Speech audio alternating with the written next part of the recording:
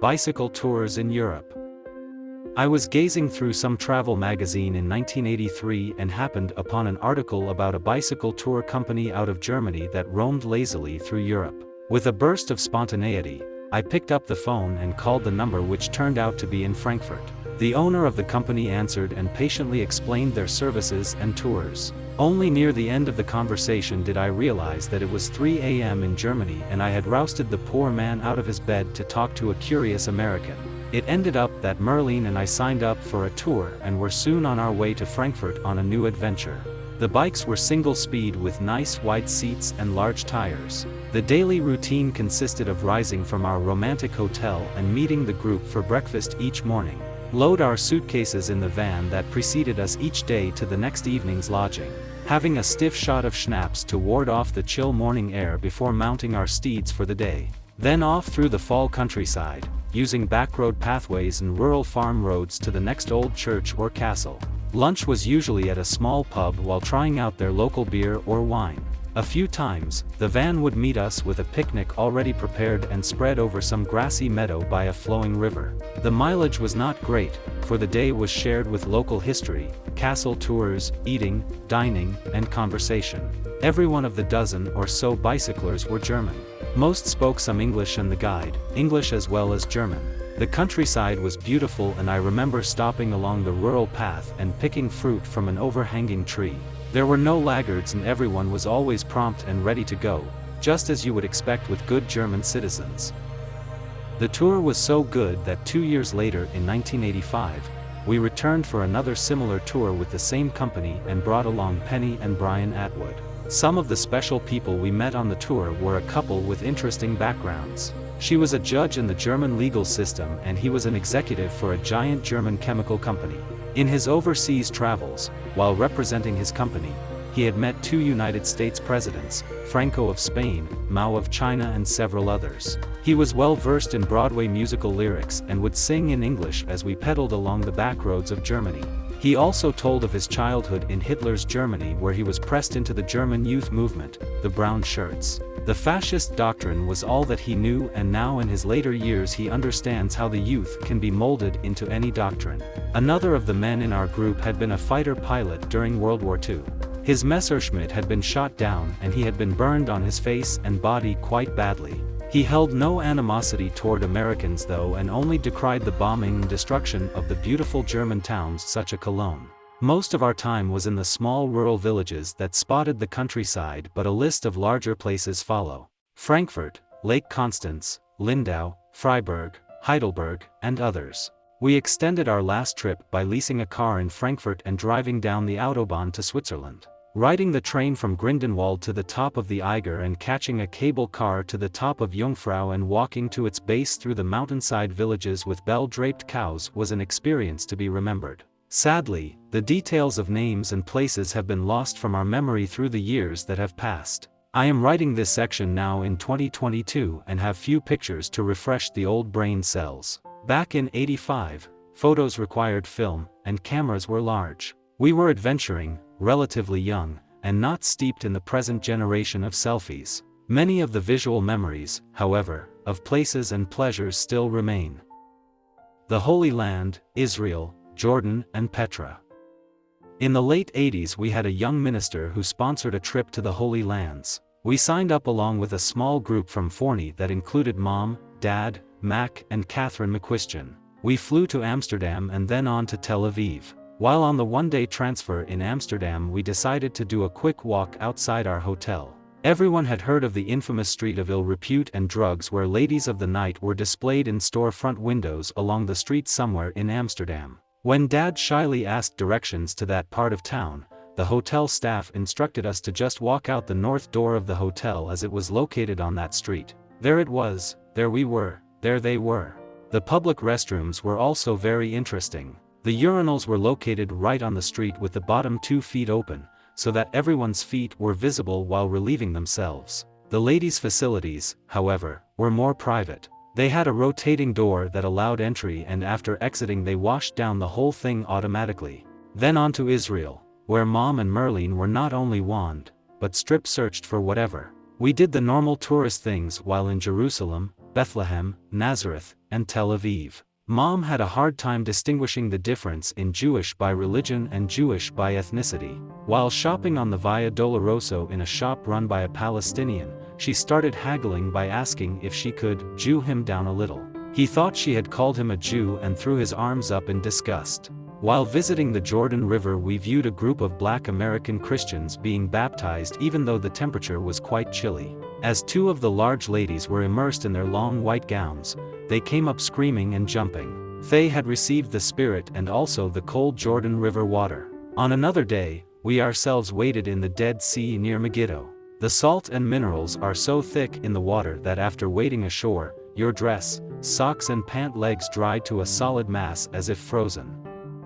Our small group took a boat ride on the Sea of Galilee and were joined by other groups from around the world. Small miracle there, one of the people in another unknown group was a friend and bus driver from Grand Prairie that we knew well. Jacob's Well in Samaria was also on our list of places to visit. It seems that we took samples of the water all over the Holy Land. Jacob's Well, the Dead Sea, Jordan River, Mary's Well in Nazareth and the Pool of Siloam in Jerusalem. For many years afterward we would use these vials to anoint our new babies into the family. The trip was extended into Jordan with the goal of visiting the lost city of Petra. We crossed the border cautiously into Jordan and overnight in Amman before our small van started the trip into the desert. On the way at a rest stop, all the men and women entered a small concrete building to relieve themselves before continuing. There were no men's or ladies, there were no doors on the stalls, there were no stools upon which to sit. There were only holes in the cement floor over which to squat, and the men in the group had to stand guard outside the building while the ladies proceeded. I had just purchased one of the first portable video cameras and brought in on this trip. The recorder was separate from the camera and about the size of a carry-on bag for the airport. I had a backpack in which to carry the recording gear. It was spitting snow and sleet that day that we arrived to make the trek into the hidden valley of Petra. We hired horses to ride through the narrow hidden slot into the valley. After donning my rain parka over the backpack, I looked like the hunchback of Notre Dame. Being no small man to start off with, and with the hulking mass on my back, the Arab who owned the horse almost balked at letting me mount the small beast. We all were led through the slot canyon that hides the entrance to the city of Petra and proceeded to view, in awe, the treasury and other sights. Greece and the Isles. These were the years where the girls were old enough to be left and Brandy was healthy enough so that we could do some traveling. Our time in Greece and the Greek Isles was magical. In Athens, the Parthenon, Mars Hill, and the Acropolis. Corinth and the amazing Corinth Canal that joins two oceans. The Greek Isles, Rhodes, Santorini, Mykonos, Delos, Milos, each magical in their own way.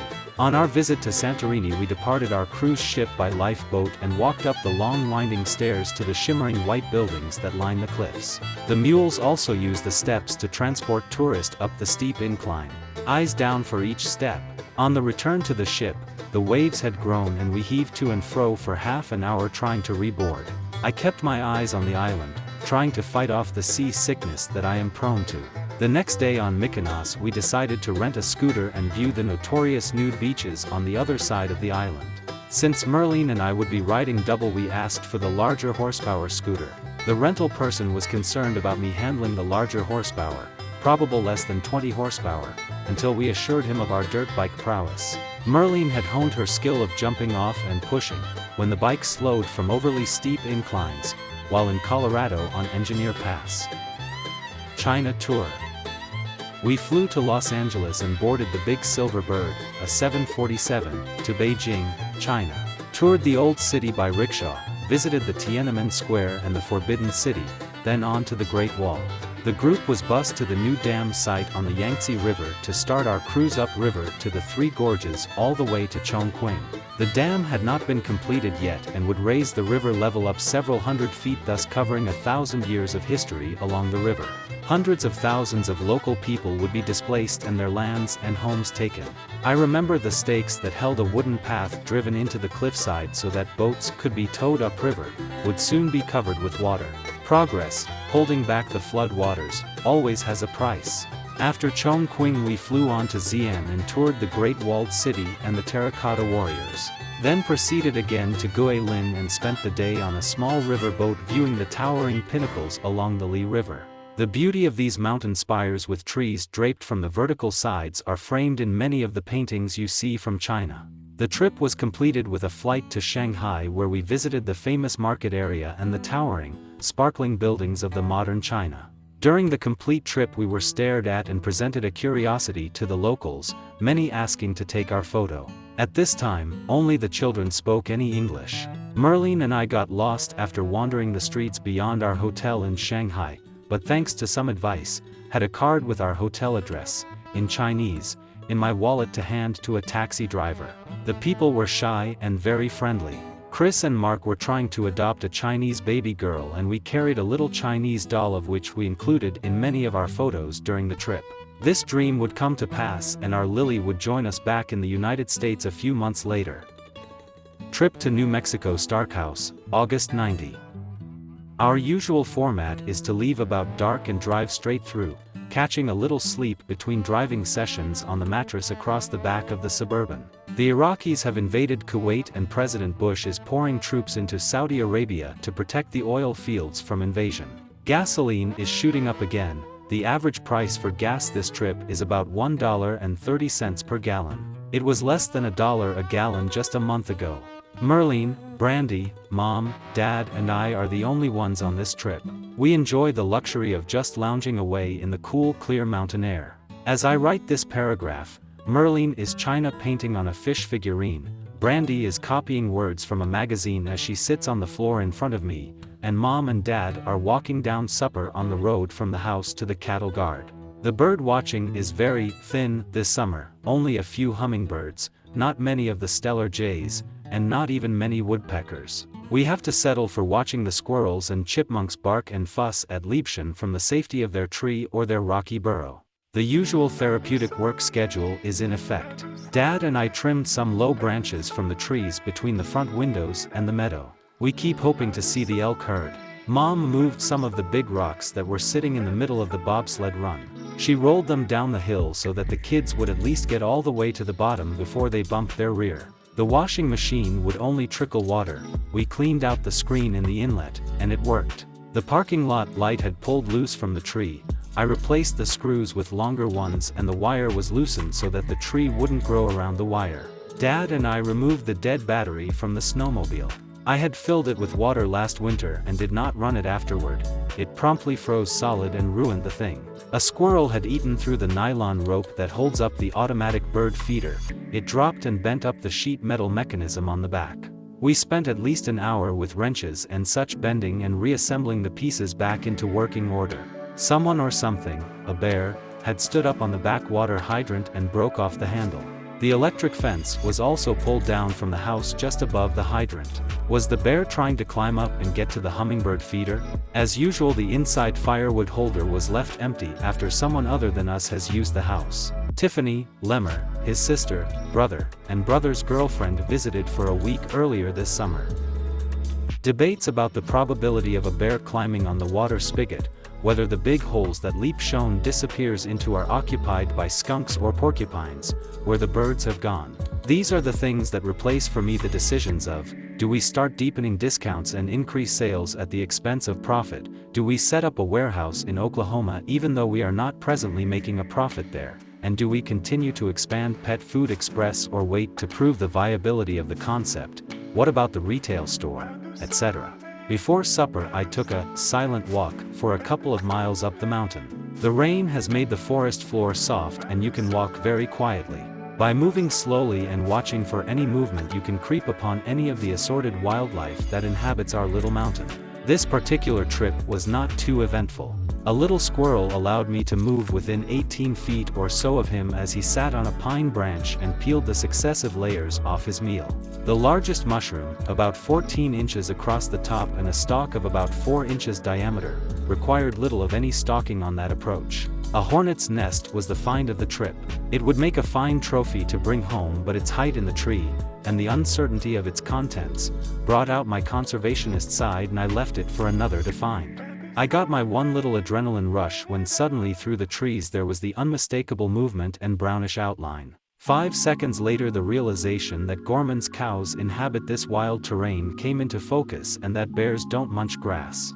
Merlin and Mom take a lot of pleasure creating meals with whatever is left in the kitchen from the previous trip.